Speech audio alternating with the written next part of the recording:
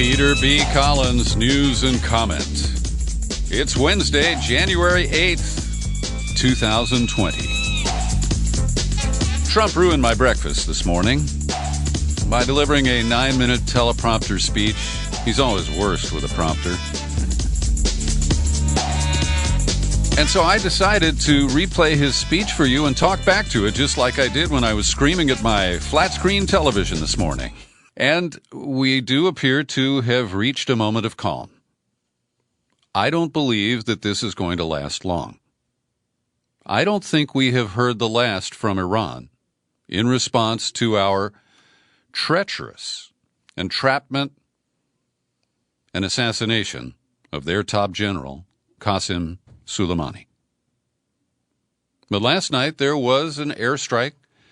Missiles were launched from inside Iran,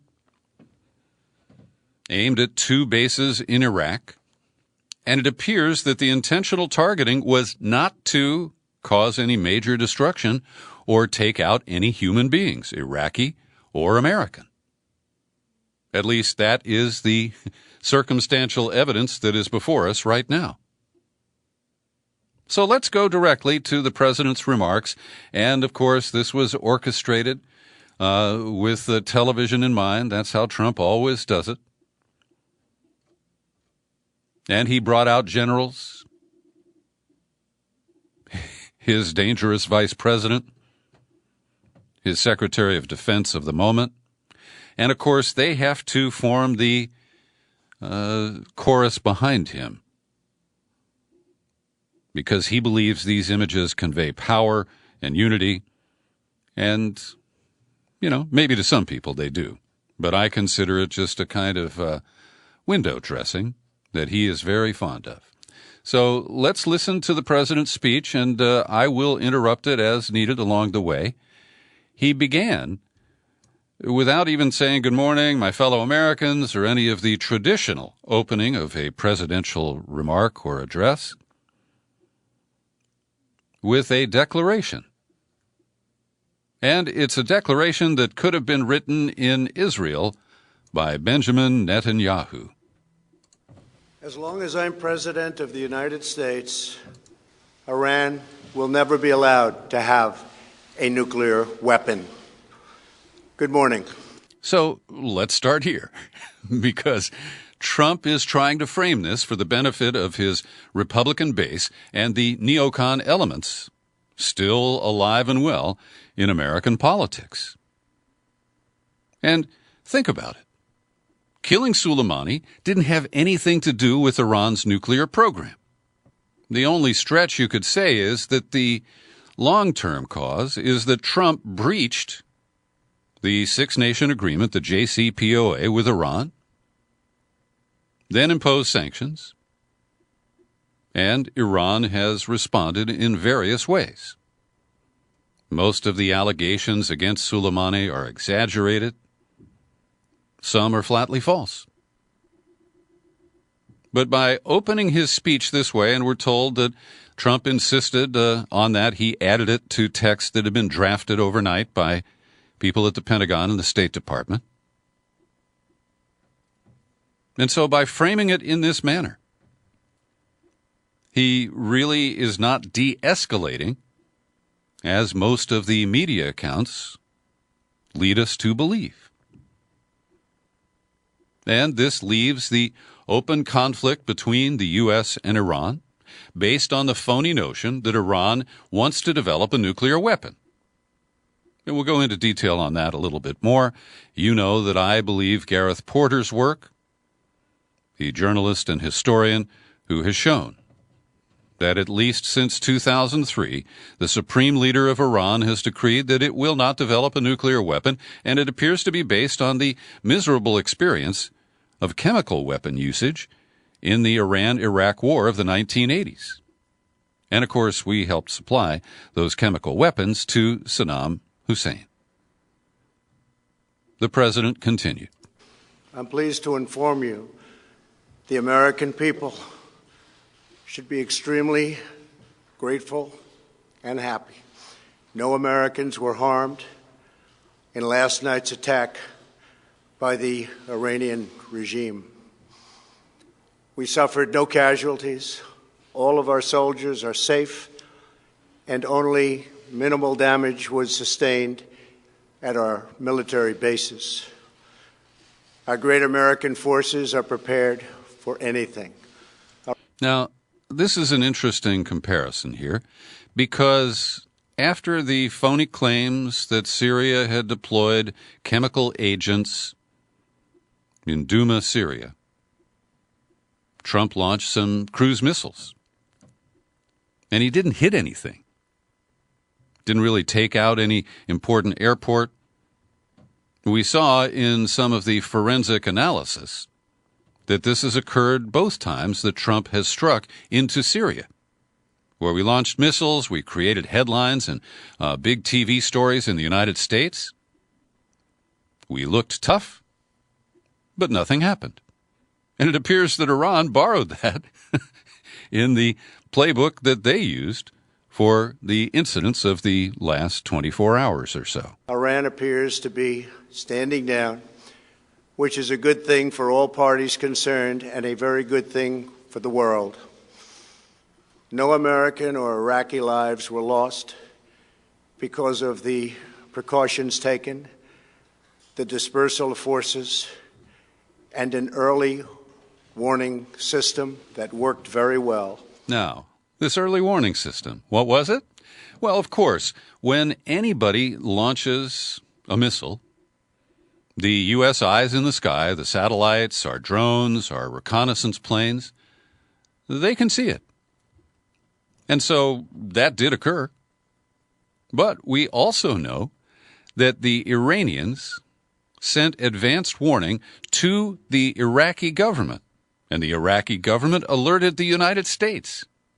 So this is kind of like one of the Star Wars missile tests, where there's no element of surprise, there's no real risk of a failure. And so I don't really know why Iran chose to operate in this manner. Based on the hot rhetoric and the exchange of threats over recent days since we killed Soleimani, they made it sound like they had 13 targets and they were prepared to hit them. They said they were legitimate military targets. They weren't going to conduct a counter-assassination campaign. And so much remains to be learned about this. But the early warning was not a Patriot missile battery. It was not Israel's vaunted and fake Iron Dome. It was because the Iranians telegraphed their intentions in advance. I salute the incredible skill and courage of America's men and women in uniform. For far too long, all the way back to 1979 to be exact, nations have tolerated Iran's destructive and destabilizing behavior in the Middle East and beyond. Those days are over. Iran has been the leading sponsor of terrorism, and their pursuit of nuclear weapons threatens the civilized world. So let's pause here, because there are two important things. Iran is often described as the biggest state sponsor of terrorism. How is terrorism defined? It is the forces of resistance primarily arrayed against the dominance of Israel in the Middle East. Hezbollah, to some extent Hamas. And so our framing of this conflict is that our so-called enemy is a terrorist, is just a conflation. It's a lie. And, of course, we never acknowledge the covert operations of the United States, its proxies, its I mean, it's laughable, and you can hear me chuckling a little bit here. The one-sided nature of how everything Iran does is bad. They're a bad actor. They have bad intentions. And everything the United States and its allies do, is all okay. We're always wearing the white hats. And then he slipped the nuclear intention in there. And, of course, he opened with that. He mentions it here, and I don't believe it's the last time. We will never let that happen. Last week, we took decisive action to stop a ruthless terrorist from threatening American lives. So the terminology, terrorism, regimes, all of these are loaded propaganda phrases that trigger a certain response among most Americans. And this, despite all of the idiocy this man presents, is one of his greatest skills. At my direction, the United States military eliminated the world's top terrorist, Qasem Soleimani. Can't even pronounce the guy's name. As the head of the Quds Force, Soleimani was personally responsible for some of the absolutely worst atrocities. And this, of course, is a canard that is coming out of the talking points of the Republicans and the Pentagon. And just pick your favorite American general. Was David Petraeus, or even the untouchable Colin Powell, or going back to the 90s, General Schwarzkopf. Were these men personally responsible for the casualties that occurred in armed conflicts? Of course not. But that is the spun-up talking point that we are offered. As long as I'm president, he trained terrorist armies, including Hezbollah, launching terrorist strikes against civilian targets. He fueled bloody civil wars all across the region. He viciously wounded and murdered thousands of U.S. troops, including the planting of roadside bombs that maim and dismember their victims. And that is an unproven claim. It does appear that Iran provided some of the technology and perhaps some of the materiel that were used in very devastating roadside bombs and other improvised explosive devices in Iraq. But once again, this is an open conflict that was initiated by the United States, putting our troops on soil of a neighboring country to Iran. And Iran took opportunities that we opened the door to. And the net effect is that when Saddam Hussein was in power, he was the counterweight that neutralized the regional threat that Iran posed. And when we took him out and allowed the Shiites to dominate the government during our occupation, and they do to this day, it gave the Iranians a major break. Of course, we can't acknowledge that we're responsible for that. Soleimani directed the recent attacks on U.S. personnel in Iraq that badly wounded 4 service members and killed 1 American, and he orchestrated the violent assault on the U.S. Embassy in Baghdad. Now, I honestly don't know who orchestrated the protests that hit the U.S. Embassy around New Year's Day. We have learned that the American contractor who was killed was a naturalized U.S. citizen. He was a translator. He and his family were living in Sacramento. But we have very few other details, including any evidence for the allegation that Iranian-backed militias were responsible. In recent days, he was planning new attacks on American targets, but we stopped him. Soleimani's hands were drenched in both American and Iranian blood. He should have been terminated long ago. By removing Soleimani, we have sent a powerful message to terrorists. If you value your own life, you will not threaten the lives of our people. And this fundamentally misunderstands what he calls the mindset of a terrorist, because a dedicated fighter, either in uniform or without uniform, including some of the most extreme Islamic fighters who are suicide bombers, they don't care. They don't care about their own lives. They commit to a higher mission, and many of them believe that martyrdom is their reward for sacrificing their lives.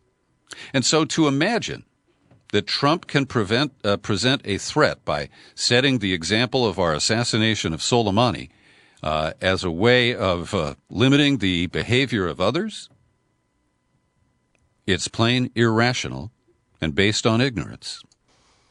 As we continue to evaluate options in response to Iranian aggression, the United States will immediately impose additional punishing economic sanctions on the Iranian regime. And this is now presented as de-escalation. Because we are not responding militarily, because no Americans were killed in the response from Iran, Trump is saying we need to starve the economy and put even more incredible pressure on Iran. This doesn't make sense as he prepares to offer an olive branch and say he's willing to sit down and talk. These powerful sanctions will remain until Iran changes its behavior. In recent months alone, Iran has seized ships in international waters, fired an unprovoked strike on Saudi Arabia, and shot down 2 U.S. drones. Iran's hostilities substantially increased after the foolish Iran nuclear deal was signed in 2013. So this is an insult to every American, that here what should be a sober address from our president explaining critical issues related to this conflict, he then turns it to attempting to gain advantage in domestic political terms. And he is going to replay the blame game here, saying that Obama blundered with the JCPOA, and the real blunder was that Trump pulled out of it. And if he wanted to renegotiate it, if he wanted to try to add language to limit their development of long-range ballistic missiles, that might have made some sense. But to breach the agreement, and of course it's always described that the U.S. pulled out, but Iran has breached it since then. That's bullshit. This is where Trump tries to blame Obama. And next, he's going to say that when Obama released the frozen funds that the U.S. had been holding of Iran's since 1979, that was somehow a gift.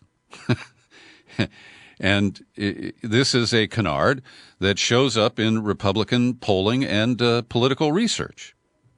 There are a lot of people who believe a flat-out lie. And they were given $150 billion, not to mention $1.8 billion in cash. Their money. Instead of saying thank you to the United States, they chanted death to America. In fact, they chanted death to America the day the agreement was signed.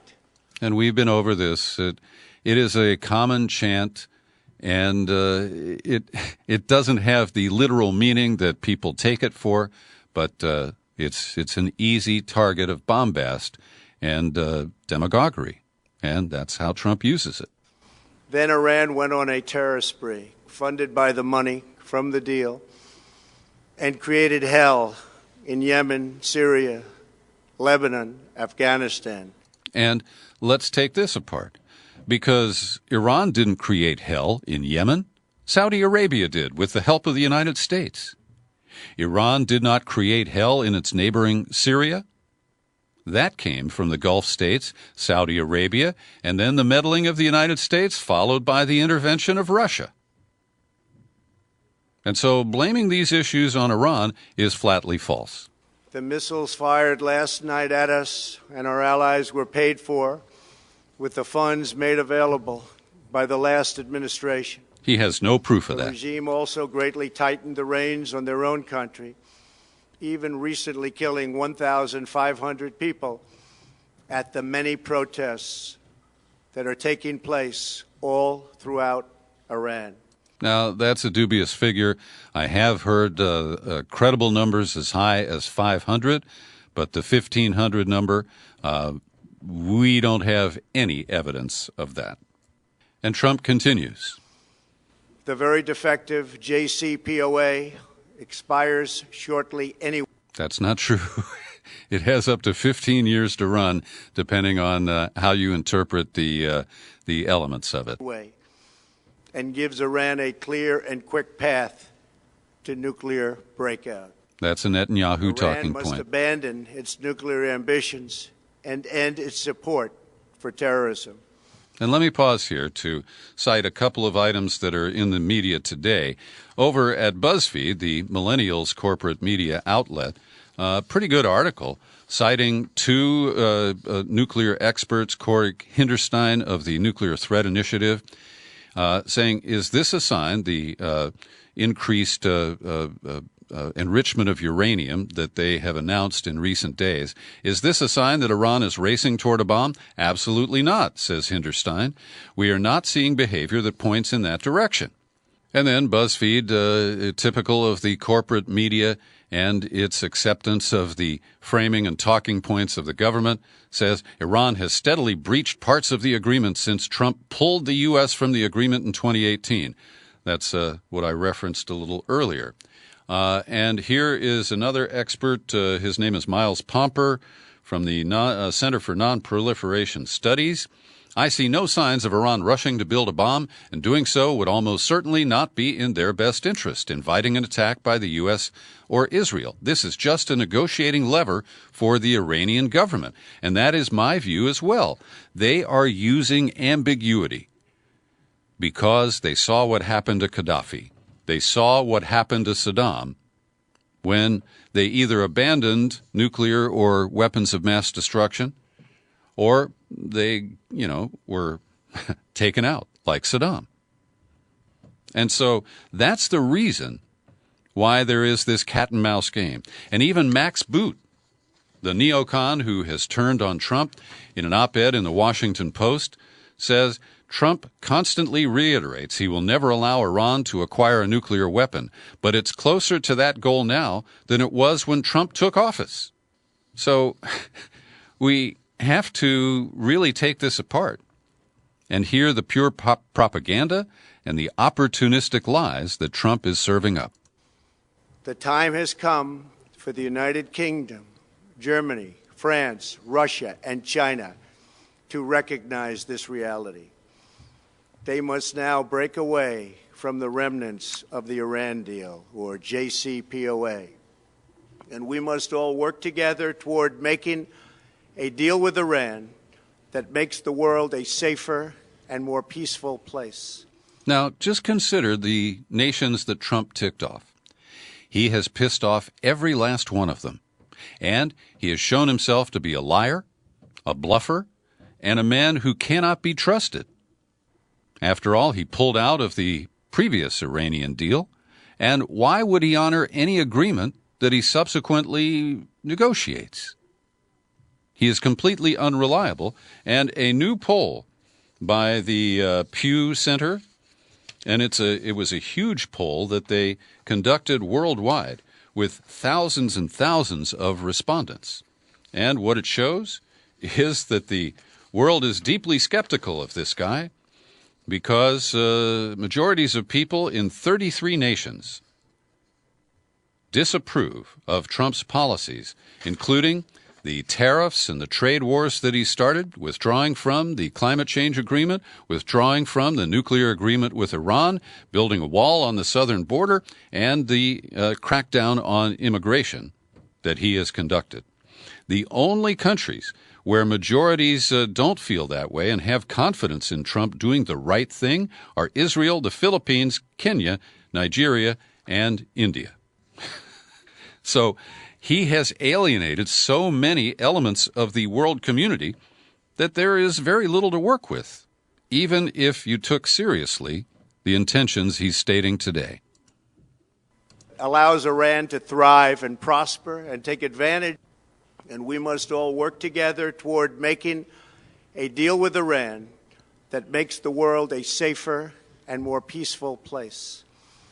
So, does anybody believe this guy? I mean, every one of those words is really just a word. We must also make a deal that allows Iran to thrive and prosper and take advantage of its enormous untapped potential. This is Trump the salesman. He knows he doesn't believe a word of this. Peace and stability cannot prevail in the Middle East as long as Iran continues to foment violence, unrest, hatred, and war. Peace in the Middle East cannot occur until the United States leaves and Israel dramatically changes its posture. Iran is not the central problem here, Donnie.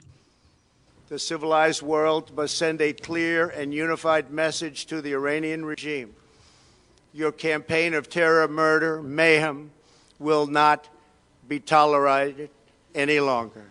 It will not be allowed to go forward.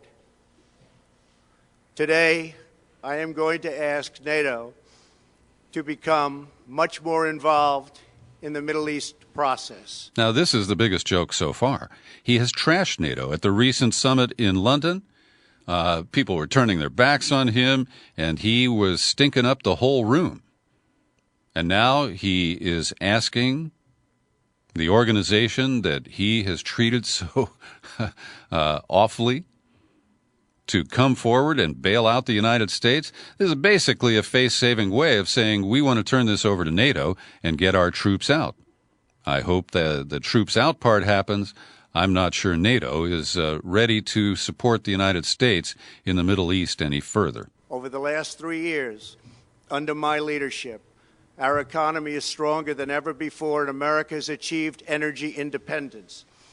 These historic accomplishments change our strategic priorities. These are accomplishments that nobody thought were possible. And options in the Middle East became available. We are now the #1 producer of oil and natural gas anywhere in the world.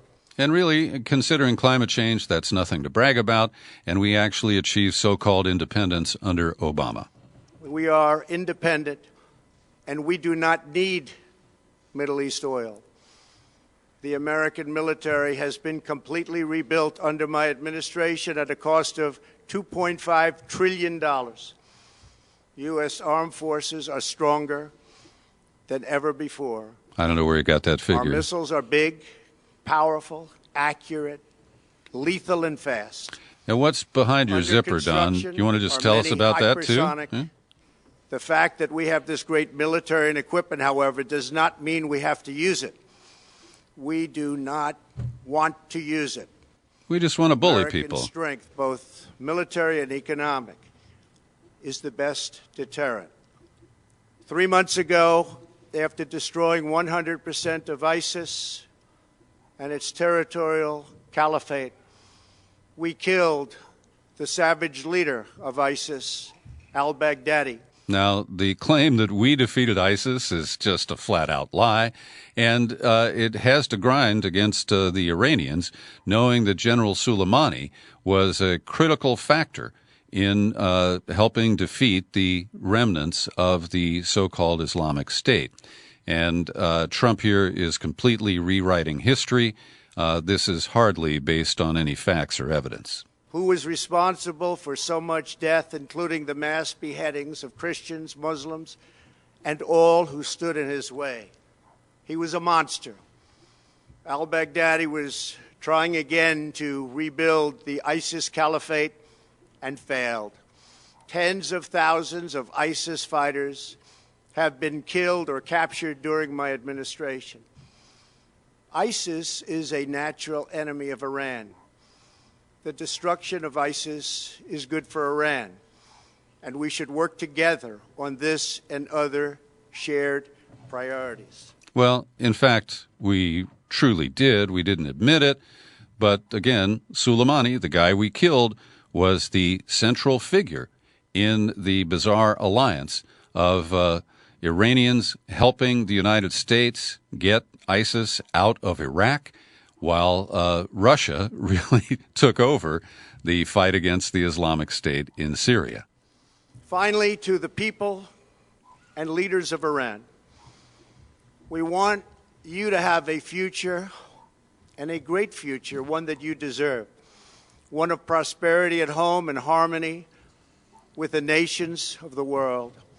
The United States is ready to embrace peace with all who seek it.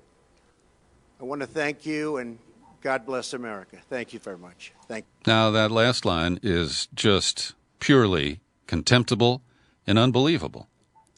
After luring Soleimani into a trap where we assassinated him, Trump is now talking peace. But it's peace behind the ungloved fist of the economic sanctions, apparently more coming, that Trump has talked about in this bizarre speech today.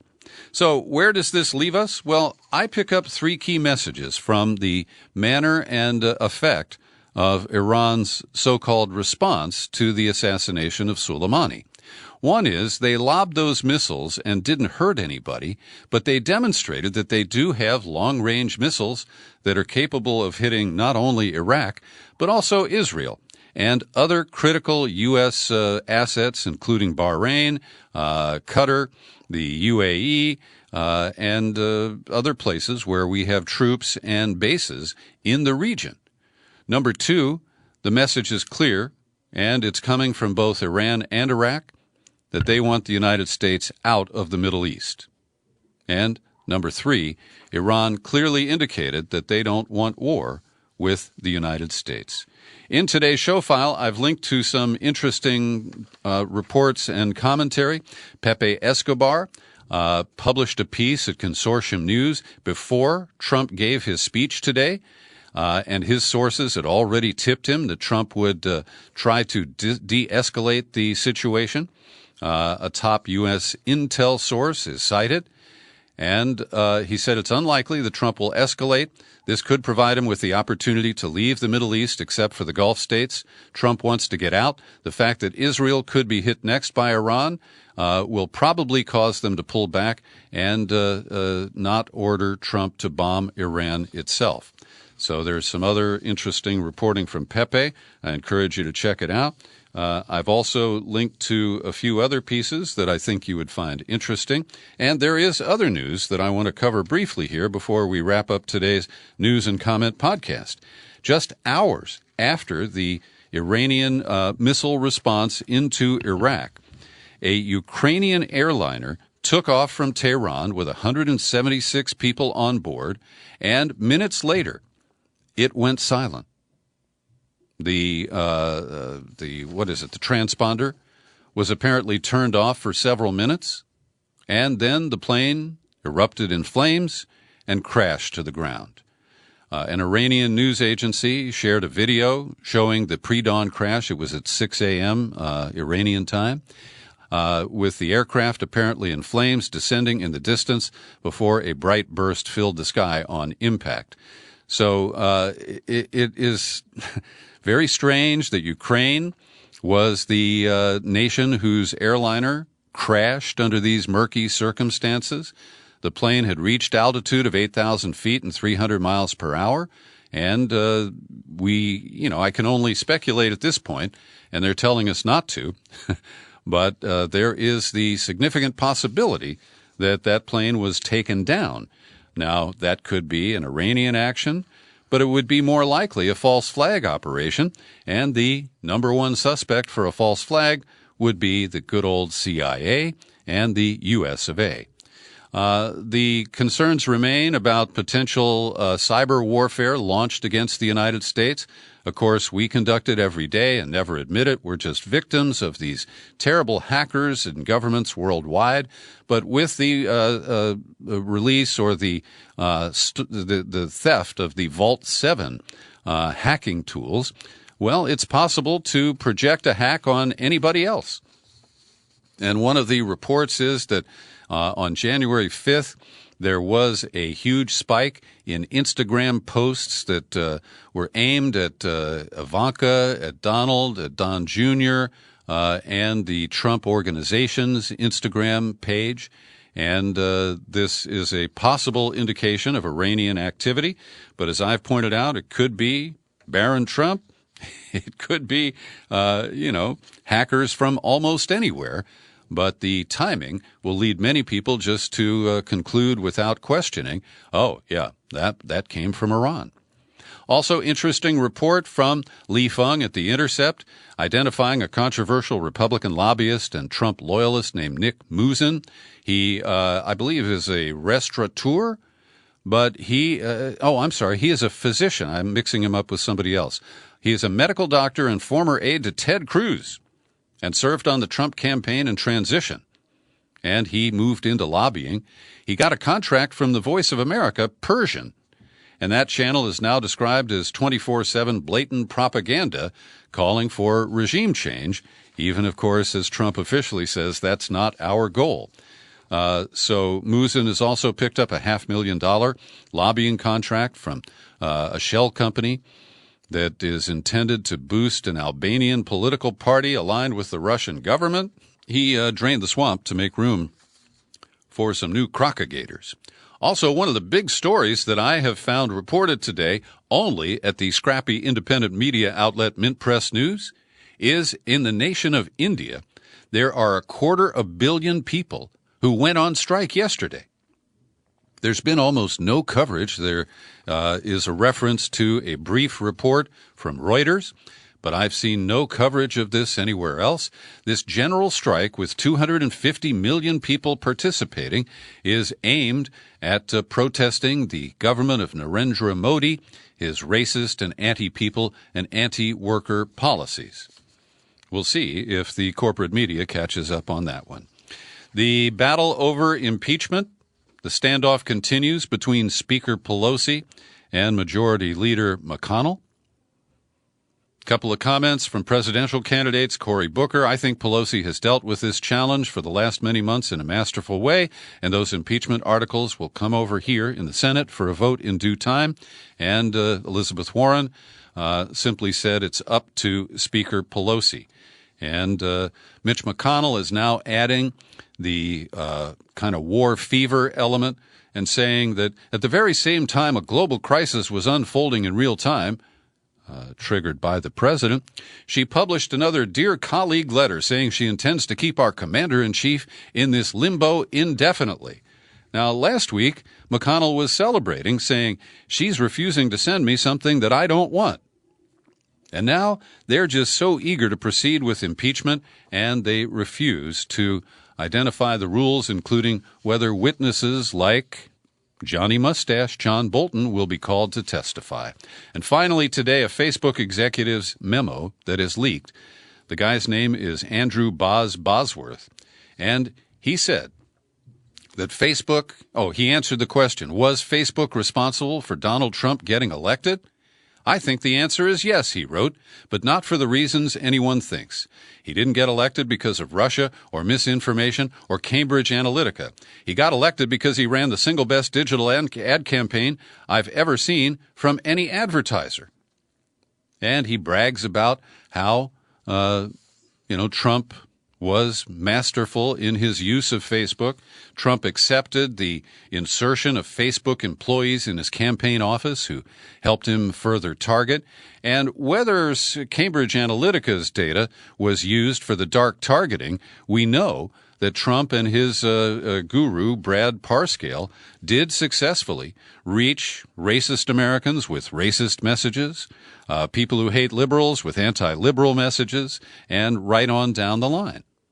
And this is an argument I've been making all along, that Russia may have tried to influence our election, but I don't think they had much impact. And the $82 million that the Trump campaign spent on Facebook did have an impact. Thanks for listening to my ranting and raving, my talk back to Donald Trump. You can share it all over the place. You'll find it on YouTube. I remain Peter B. Collins. Happy trails